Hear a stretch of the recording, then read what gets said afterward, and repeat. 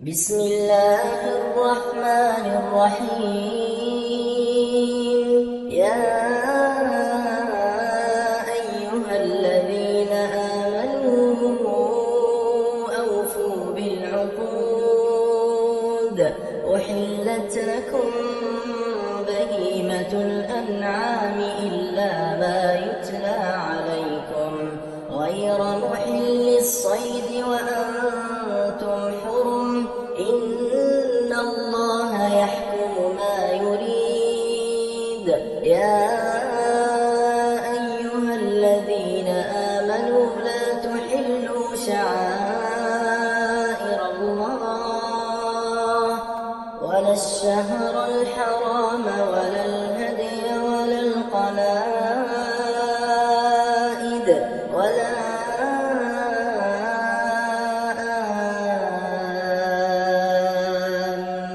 آمين البيت الحرام يبتغون فضلا من ربهم ورضوانا. وإذا حللتم فاصطادوا ولا يجرمنكم شنآن قوم أن صدوكم عن المسجد الحرام أن تعتدوا. وتعاونوا على البر والتقوى ولا تعاونوا على الإثم والعدوان. واتقوا الله إن الله شديد العقاب.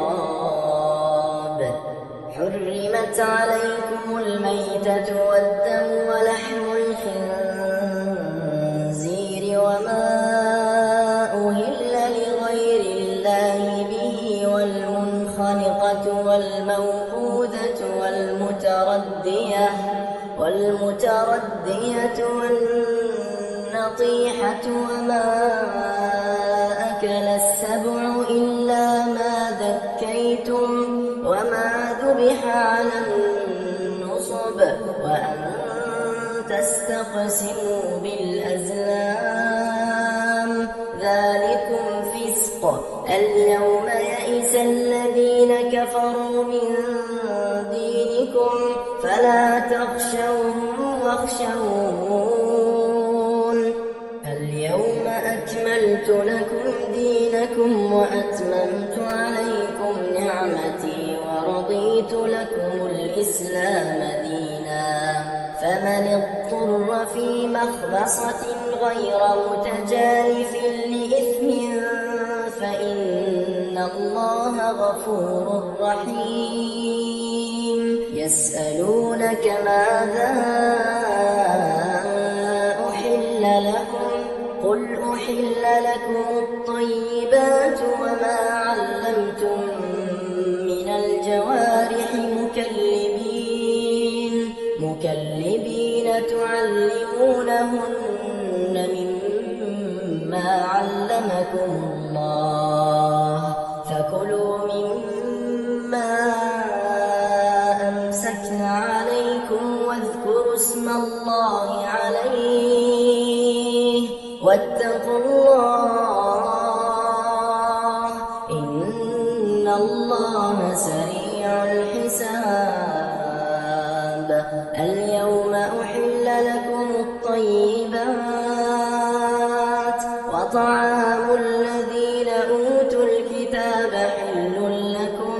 وطعامكم حل لهم. والمحصنات من المؤمنات والمحصنات من الذين أوتوا الكتاب من قبلكم إذا آتيتموهن أجورهن محصنين غير مسافحين ولا متخذي أخدان. ومن يكفر بالإيمان فقد حبط عمله وهو في الآخرة من الخاسرين. يا أيها الذين آمنوا إذا قمتم إلى الصلاة فاغسلوا وجوهكم وأيديكم إلى المرافق وامسحوا برؤوسكم وأرجلكم إلى الكعبين وإن كنتم جنبا فاطهروا وإن كنتم مرضى أو على سفر أو جاء أحد منكم من الغائط أو لامستم النساء فلم تجدوا ماء فتيمموا صعيدا طيبا فامسحوا بوجوهكم وأيديكم منه ما يريد الله ليجعل عليكم من حرج ولكن يريد ليطهركم وليتم نعمته عليكم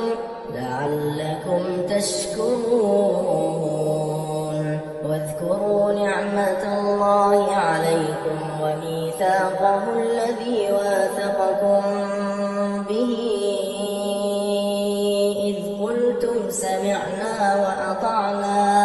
واتقوا الله إن الله عليم بذات الصدور يا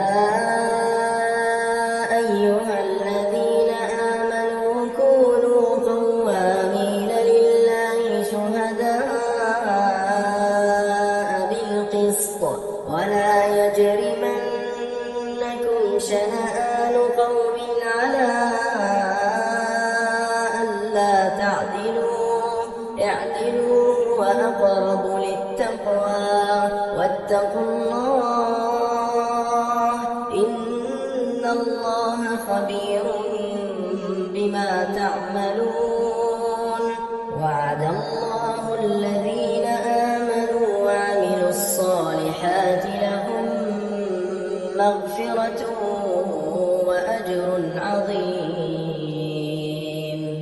والذين كفروا وكذبوا بآياتنا أولئك أصحاب الجحيم يا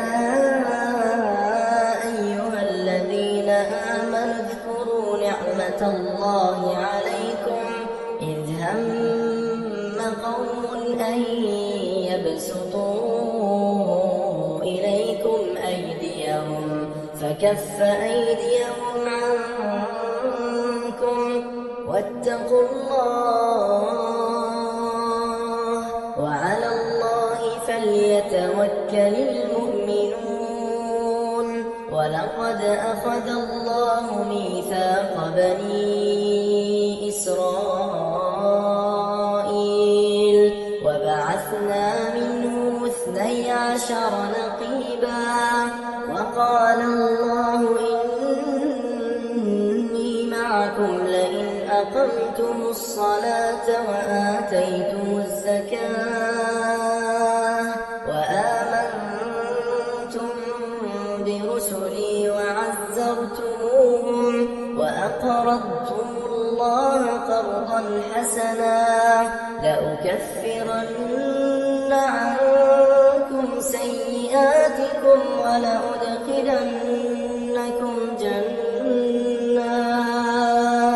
جنات تجري من تحتها الأنهار فمن كفر بعد ذلك منكم فقد ضل سواء السبيل فبما نقضهم ميثاقهم لعناهم وجعلنا قلوبهم قاسية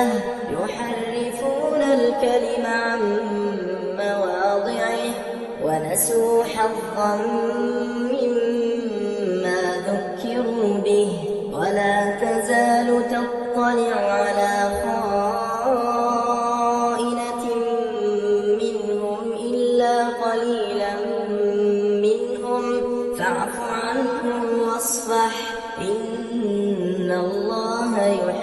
المحسنين ومن الذين قالوا إنا نصارى أخذنا ميثاقهم فنسوا حظا مما ذكروا به فأغرينا بينهم العداوة والبغضاء إلى يوم القيامة وسوف ينبئهم الله بما كانوا يصنعون يا أهل الكتاب قد جاءكم رسولنا يبين لكم كثيرا مما كنتم تخفون من الكتاب ويعفو عن كثير قد جاءكم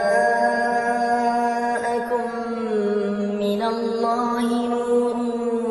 وكتاب مبين يهدي به الله من اتبع رضوانه سبل السلام ويخرجهم من الظلمات إلى النور بإذنه ويهديهم إلى صراط مستقيم لقد كفر الذين قالوا إن الله هو المسيح ابن مريم قل فمن يملك من الله شيئا إن أراد أن يهلك المسيح ابن مريم وأمه ومن في الأرض جميعا ولله ملك السماوات والأرض وما بينهما يخلق ما يشاء والله على كل شيء قدير وقالت اليهود والنصارى نحن أبناء الله وأحباؤه قل فلم يعذبكم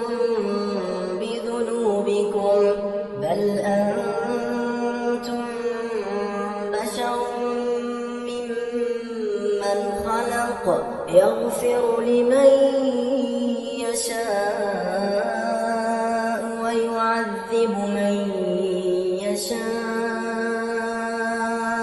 ولله ملك السماوات والأرض وما بينهما وإليه المصير يا أهل الكتاب قد جاءكم رسولنا يبين لكم على فترة من الرسل أن تقولوا ما جاءنا من بشير ولا نذير فقد جاءكم بشير ونذير والله على كل شيء قدير وإذ قال موسى لقومه يا قوم اذكروا نعمة الله عليكم إذ جعل فيكم أنبياء وجعلكم ملوكا وآتاكم ما لم يؤت أحدا من العالمين يا قوم ادخلوا الأرض المقدسة التي كتب الله لكم ولا ترتدوا على أدباركم فتنقلبوا خاسرين قالوا يا موسى إن فيها قوما جبارين وإنا لن ندخلها حتى يخرجوا منها فإن يخرجوا منها فإنا داخلون قال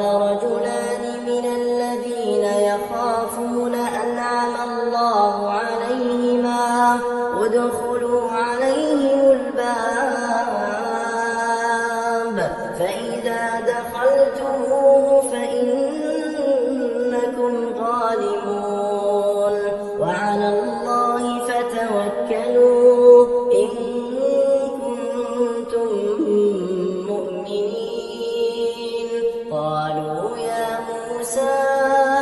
إنا لن ندخلها أبدا قالوا يا موسى إنا لن ندخلها أبدا ما داموا فيها فاذهب أنت وربك فقاتلا إنا هاهنا قاعدون قال رب إني لا أملك إلا نفسي وأخي فافرق بيننا وبين القوم الفاسقين قال فإنها محرمة عليهم 40 سنة يتيهون في الأرض فلا تأس على القوم الفاسقين واتل عليهم نبأ ابني آدم بالحق إذ قربا قربانا فتقبل من أحدهما ولم يتقبل من الآخر قال لأقتلنك قال إنما يتقبل الله من المتقين لئن بسطت إلي يدك لتقتلني ما أنا بباسط يدي إليك لأقتلك إني أخاف الله رب العالمين إني أريد أن تبوء بإثمي وإثمك فتكون من أصحاب النار وذلك جزاء الظالمين فطوعت له نفسه قتل أخيه فقتله فأصبح من الخاسرين فبعث الله غرابا يبحث في الأرض ليريه كيف يواري سوءة أخيه قال يا ويلتى أعجزت أن أكون مثل هذا الغراب فأواري سوءة أخي فأصبح من النادمين من أجل ذلك كتبنا على بني إسرائيل أنه من قتل نفسا بغير نفس أو فساد في الأرض فكأنما قتل الناس جميعا ومن أحياها فكأنما أحيا الناس جميعا ولقد جاءتهم رسلنا بالبينات ثم إن كثيرا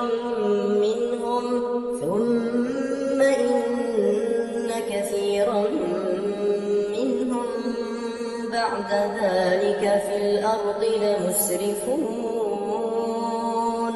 إنما جزاء الذين يحاربون الله ورسوله ويسعون في الأرض فسادا أن يقتلوا أو يصلبوا أو تقطع أيديهم وأرجلهم من خلاف أو ينفوا من الأرض ذلك لهم خزي في الدنيا ولهم في الآخرة عذاب عظيم إلا الذين تابوا من قبل أن تقدروا عليهم فاعلموا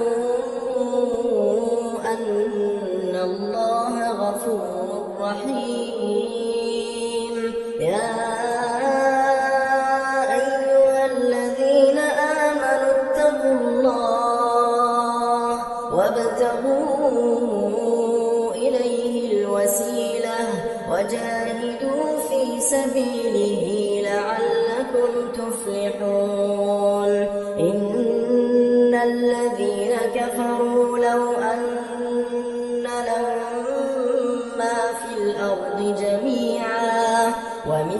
فسجدوا معه ليفتدوا به من عذاب يوم القيامة ما تقبل منهم ولهم عذاب أليم. يريدون أن يخرجوا من النار وما هم بخارجين منها ولهم عذاب مقيم. والسارق والسارقة فاقطعوا أيديهما جزاء بما كسبا نكالا من الله والله عزيز حكيم. فمن تاب من بعد ظلمه وأصلح فإن الله يتوب عليه إن الله غفور رحيم. ألم تعلم أن الله له ملك السماوات والأرض يعذب من يشاء ويغفر لمن يشاء والله على كل شيء قدير. يا أيها الرسول لا يحزنك الذين يسارعون في الكفر من الذين قالوا آمنا بأفواههم ولم تؤمن قلوبهم ومن الذين هادوا سماعون للكذب سماعون لقوم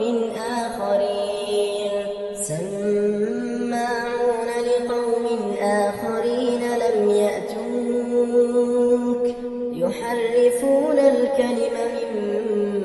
بعد مواضعه يقولون إن أوتيتم هذا فخذوه وإن لم تؤتوه فاحذروا ومن يرد الله فتنته فلن تملك له من الله شيئا. أولئك الذين لم يرد الله أن يطهر قلوبهم لهم في الدنيا خزي ولهم في الآخرة عذاب عظيم. سماعون للكذب أكالون للسحت فإن جاءوك فاحكم بينهم أو أعرض عنهم وإن تعرض عنهم فلن يضروك شيئا وإن حكمت فاحكم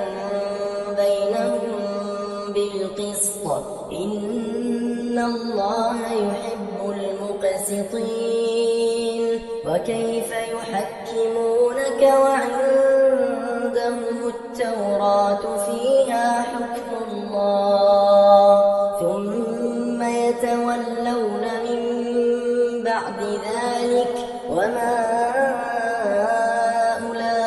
أولئك بالمؤمنين. إنا أنزلنا التوراة فيها هدى ونور يحكم بها النبيون الذين أسلموا للذين هادوا والربانيون والأحبار بما استحفظوا من كتاب الله وكانوا عليه شهداء فلا تخشوا الناس واخشوني ولا تشتروا بآياتي ثمنا قليلا ومن لم يحكم بما أنزل الله فأولئك هم الكافرون. وكتبنا عليهم فيها أن النفس بالنفس والعين بالعين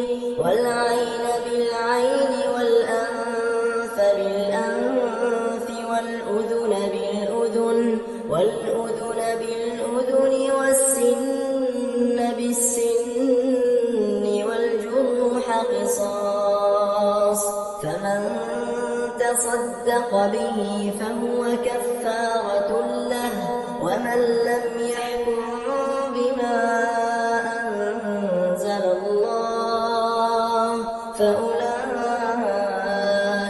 هم الظالمون. وقفينا على آثارهم بعيسى ابن مريم مصدقا لما بين يديه من التوراة وآتيناه الإنجيل فيه هدى ونور ومصدقا لما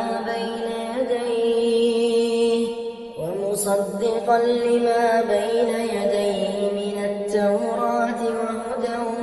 وموعظة للمتقين. وليحكم أهل الإنجيل بما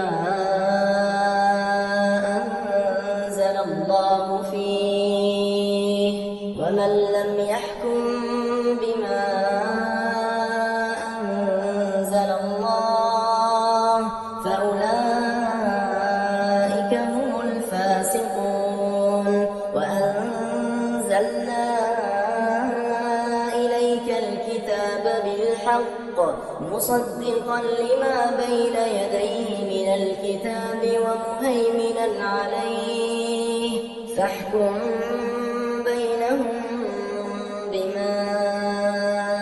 أنزل الله ولا تتبع أهواءهم عما جاءك من الحق لكل جعلنا منكم شرعة ومنهاجا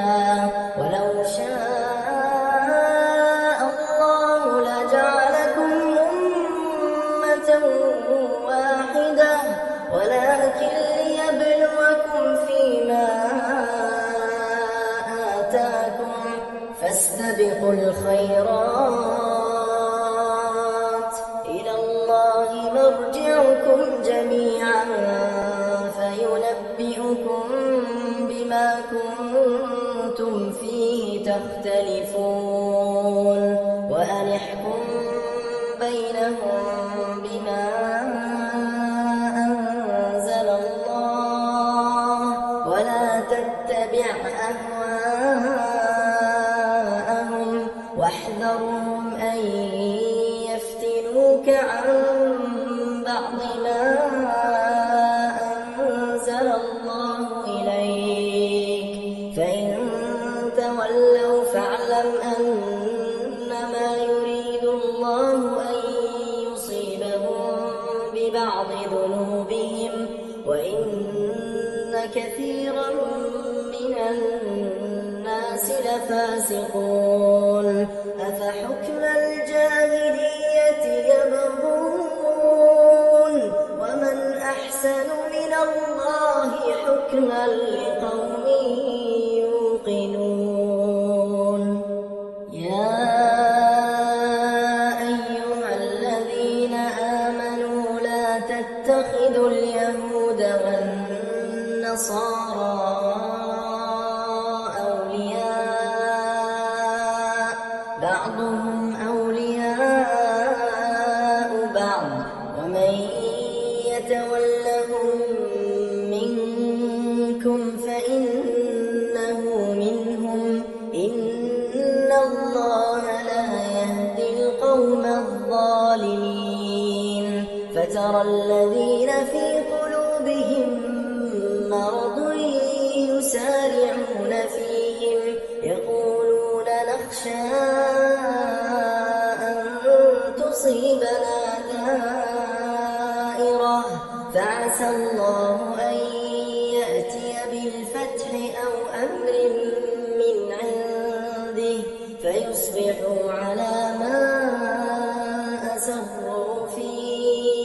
أنفسهم نادمين. ويقول الذين آمنوا أهؤلاء الذين أقسموا بالله جهد أيمانهم فحبطت أعمالهم فأصبحوا خاسرين. يا أيها الذين آمنوا من يرتد منكم عن دينه فسوف يأتي الله بقوم يحبهم ويحبونه أذلة على المؤمنين أعزة على الكافرين يجاهدون في سبيل الله ولا يخافون لومة لائم ذلك فضل الله يؤتيه من يشاء والله واسع عليم. إنما وليكم الله ورسوله والذين آمنوا الذين يقيمون الصلاة ويؤتون الزكاة وهم راكعون. ومن يتول الله ورسوله والذين آمنوا فإن حزب الله هم الغالبون. يا أيها الذين آمنوا لا تتخذوا الذين اتخذوا دينكم هزوا ولعبا من الذين أوتوا الكتاب من قبلكم والكفار أولياء واتقوا الله إن كنتم مؤمنين. وإذا ناديتم إلى الصلاة اتخذوها هزوا ولعبا ذلك بأنهم قوم لا يعقلون. قل يا أهل الكتاب هل تنقمون منا إلا أن آمنا بالله وما أنزل إلينا وما أنزل من قبل وأن أكثركم فاسقون. قل هل أنبئكم بشر من ذلك مثوبة عند الله من لعنه الله وغضب عليه وجعل منهم القردة والخنازير وعبد الطاغوت أولئك شر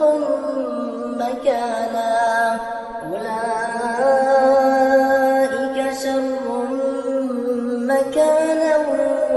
وأضل عن سواء السبيل. وإذا جاءوكم قالوا آمنا وقد دخلوا بالكفر وهم قد خرجوا به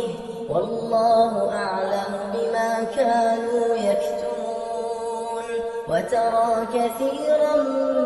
منهم يسارعون في الإثم والعدوان وأكلهم السحت لبئس ما كانوا يعملون.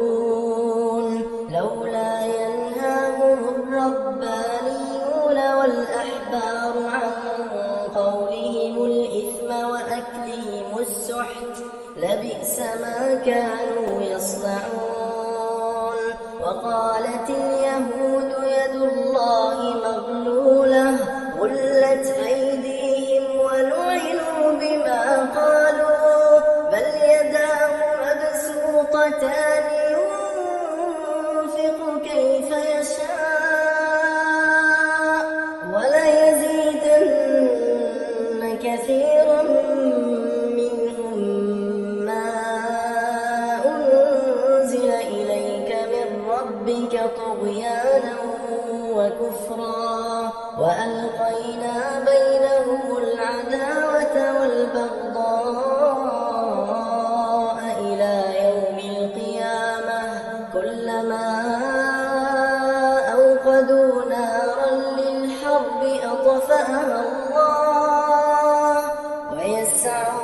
الأرض فسادا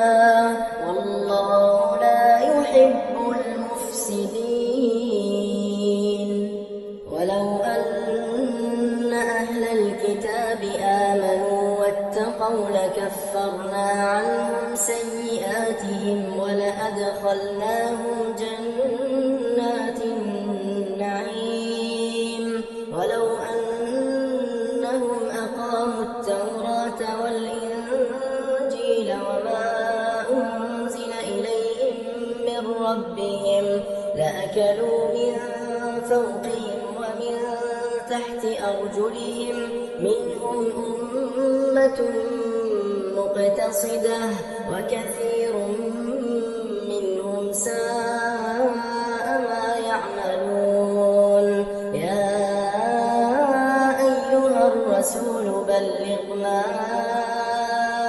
أنزل إليك من ربك وإن لم تفعل فما بلغت رسالته والله يعصمك من الناس إن الله لا يهدي القوم الكافرين. قل يا أهل الكتاب لستم على شيء حتى تقيموا التوراة والإنجيل وما أنزل إليكم من ربكم وليزيدن كثيرا منهم ما أنزل إليك من ربك طغيانا وكفرا فلا تأس على القوم الكافرين. الذين آمنوا والذين هادوا والصابئون والنصارى من آمن بالله واليوم الآخر وعمل صالحا فلا خوف عليهم ولا هم يحزنون. لقد أخذنا ميثاق بني إسرائيل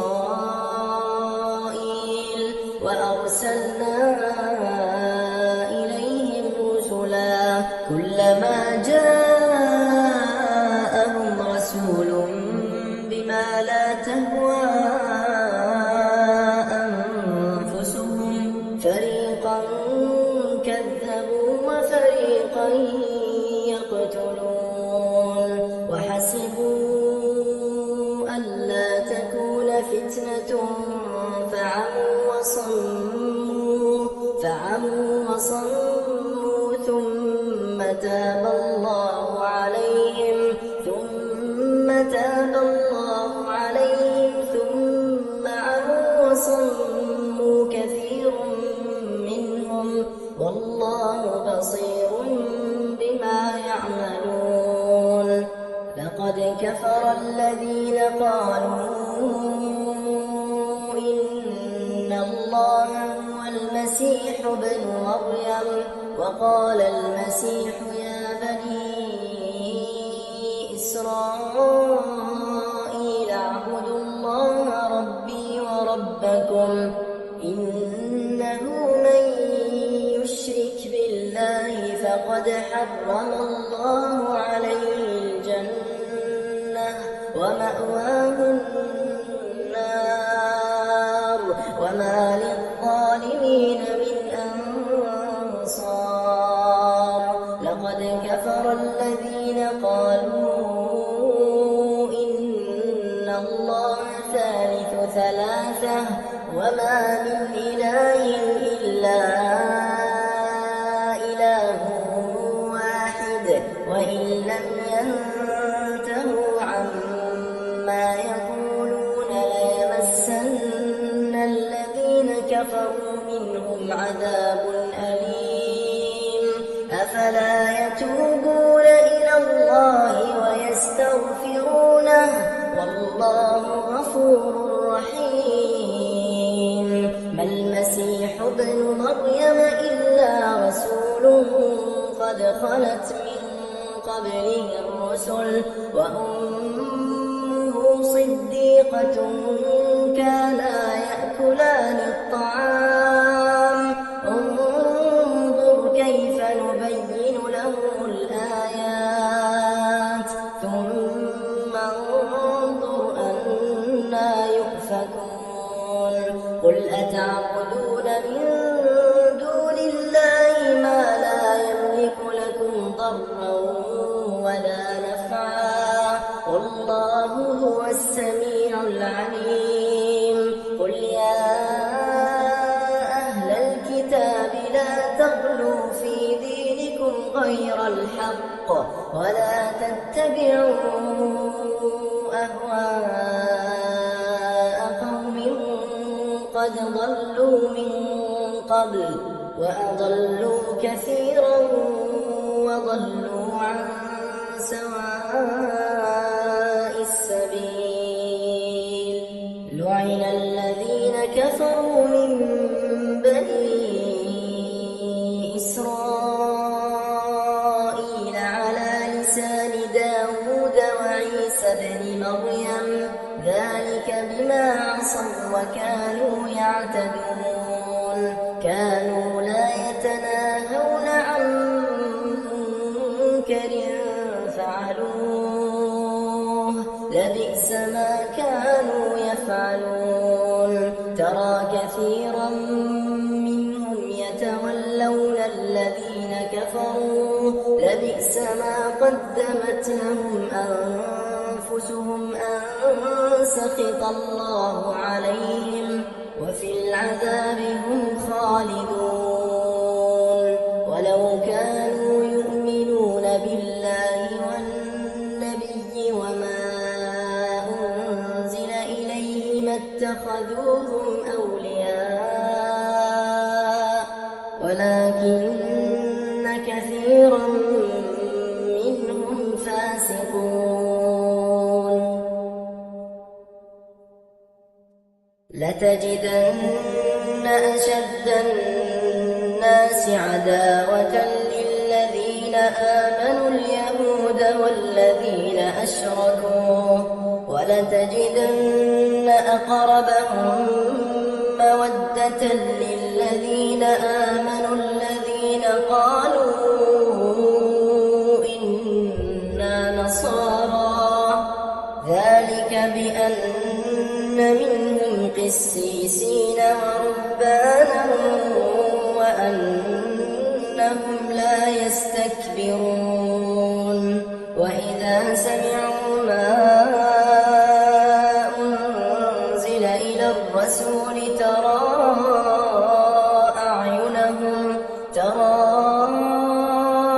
أعينهم تفيض من الدمع مما عرفوا من الحق يقولون ربنا آمنا فاكتبنا مع الشاهدين وما لنا لا نؤمن بالله وما جاءنا من الحق ونطمع أن يدخلنا ربنا مع القوم الصالحين فأثابهم الله بما قالوا جنات تجري من تحتها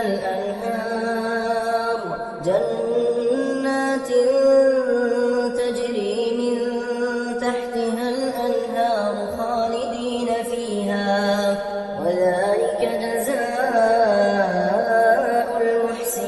المحسنين والذين كفروا وكذبوا بآياتنا أولئك أصحاب الجحيم يا أيها الذين آمنوا لا تحرموا طيبات ما أحل الله لكم ولا تعتدوا إن الله لا يحب المعتدين وكلوا مما رزقكم الله حلالا طيبا واتقوا الله الذي أنتم به مؤمنون لا يؤاخذكم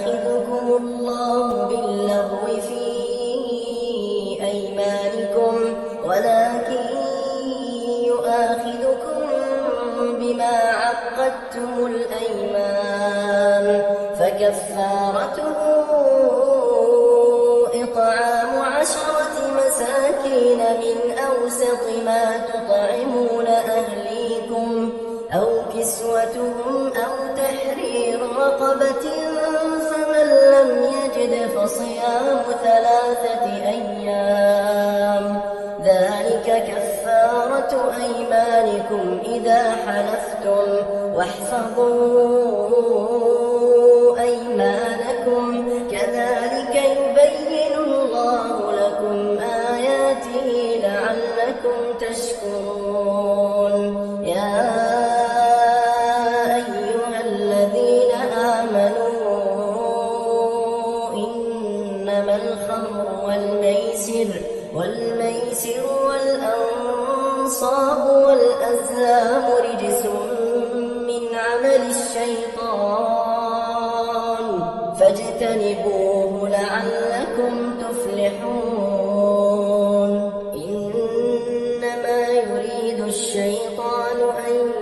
يوقع بينكم العداوة والبغضاء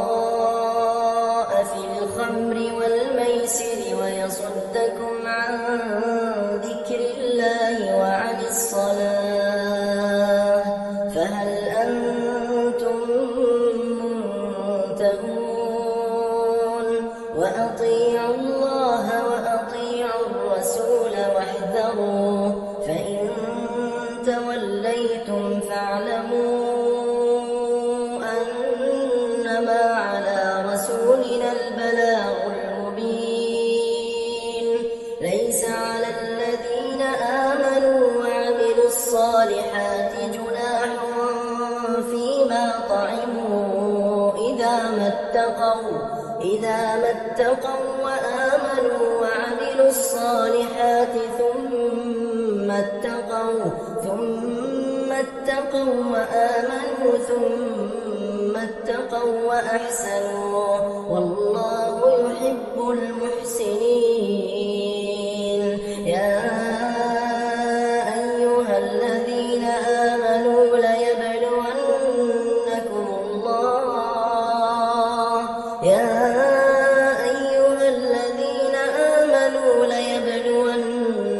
الله بشيء من الصيد تناله أيديكم ورماحكم، ليعلم الله من يخافه بالغيب، فمن اعتدى بعد ذلك فله عذاب أليم. يا أيها الذين آمنوا لا تقتلوا الصيد وأنتم حرم، ومن قتله منكم متعمدا فجزاء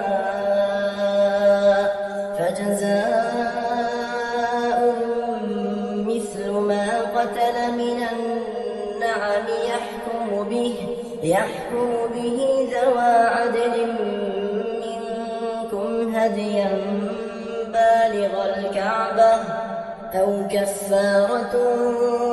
طعام مساكين أو عدل ذلك صياما ليذوق وبال أمره، عفى الله عما سلف، ومن عاد فينتقم الله منه، والله عزيز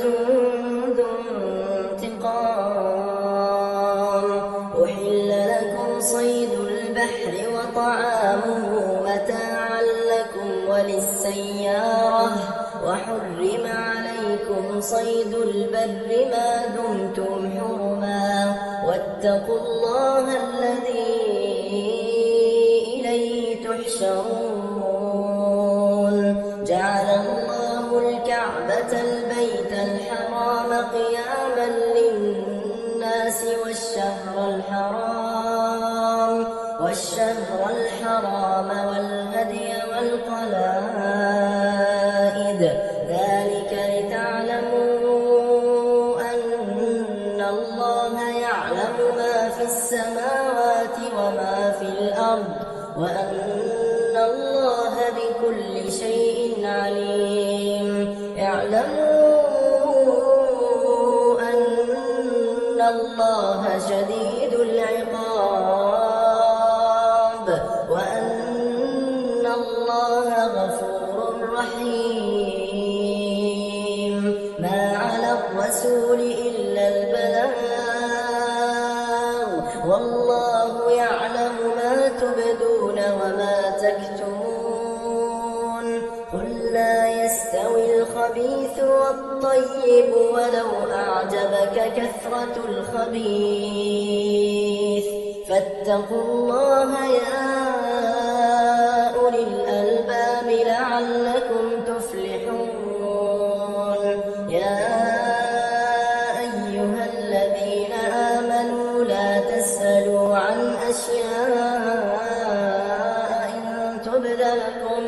إن تبد لكم تسؤكم وإن تسألوا عنها حين ينزل القرآن تبد لكم عفى الله عنها والله غفور حليم. قد سألها قوم من قبلكم ثم أصبحوا بها كافرين. ما جعل الله من بحيرة ولا سائبة ولا وصيلة ولا حام ولكن الذين كفروا يفترون على الله الكذب وأكثرهم لا يعقلون. وإذا قيل لهم تعالوا إلى ما أنزل الله وإلى الرسول قالوا حسبنا ما وجدنا عليه آباءنا أولو كان آباؤهم لا يعلمون شيئا ولا يهتدون. يا أيها الذين آمنوا عليكم أنفسكم لا يضركم من ضل إذا اهتديتم إلى الله مرجعكم جميعا فينبئكم بما كنتم تعملون. يا أيها الذين آمنوا شهادة بينكم إذا حضر أحدكم الموت حين الوصية اثنان ذوى عدل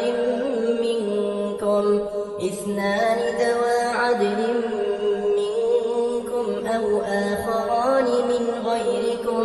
إن أنتم ضربتم في الأرض فأصابتكم مصيبة الموت تحبسونهما من بعد الصلاة فيقسمان بالله إن ارتبتم لا نشتري به ثمنا ولو كان ذا قربى ولا نكتم شهادة الله إنا إذا لمن الآثمين. فإن عثر على أنهما استحقا إثما فآخران يقومان مقامهما من الذين استحق عليهم الأوليان فيقسمان بالله لشهادتنا أحق من شهادتهما وما اعتدينا إنا إذا لمن الظالمين. ذلك أدنى أن يأتوا بالشهادة على وجهها أو يخافوا أن ترد أيمان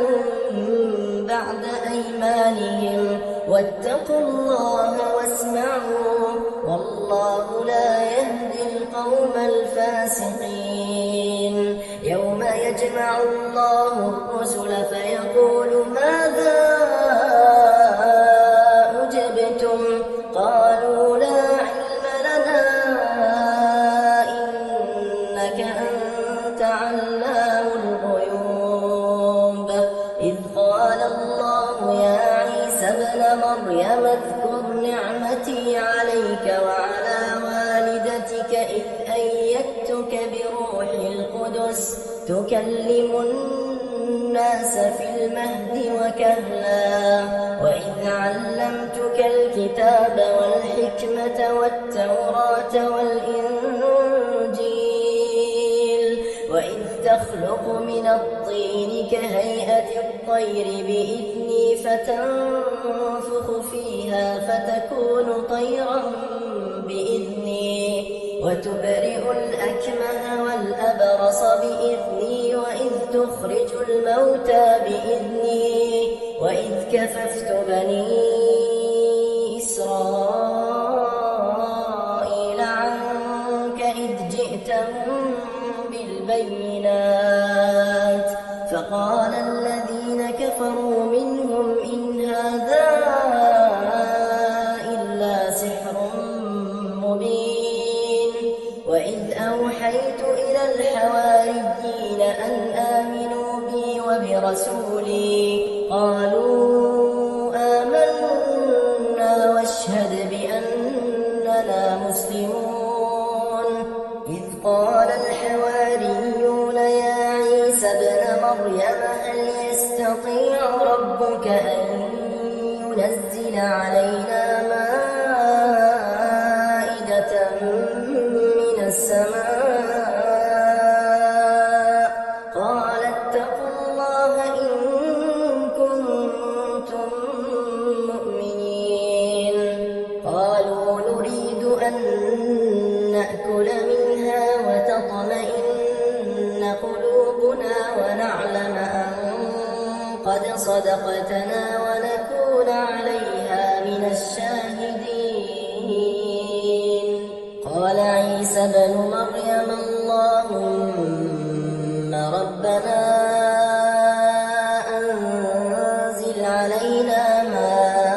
مائدة من السماء تكون لنا عيدا لأولنا وآخرنا وآية منك وارزقنا وأنت خير الرازقين قال الله إني منزلها عليكم فمن يكفر بعد منكم فإني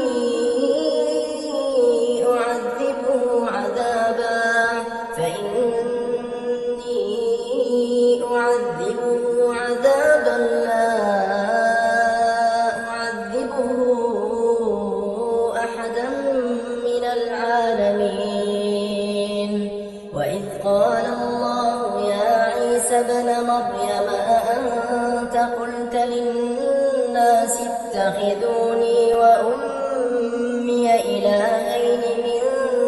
دون الله قال سبحانك ما يكون لي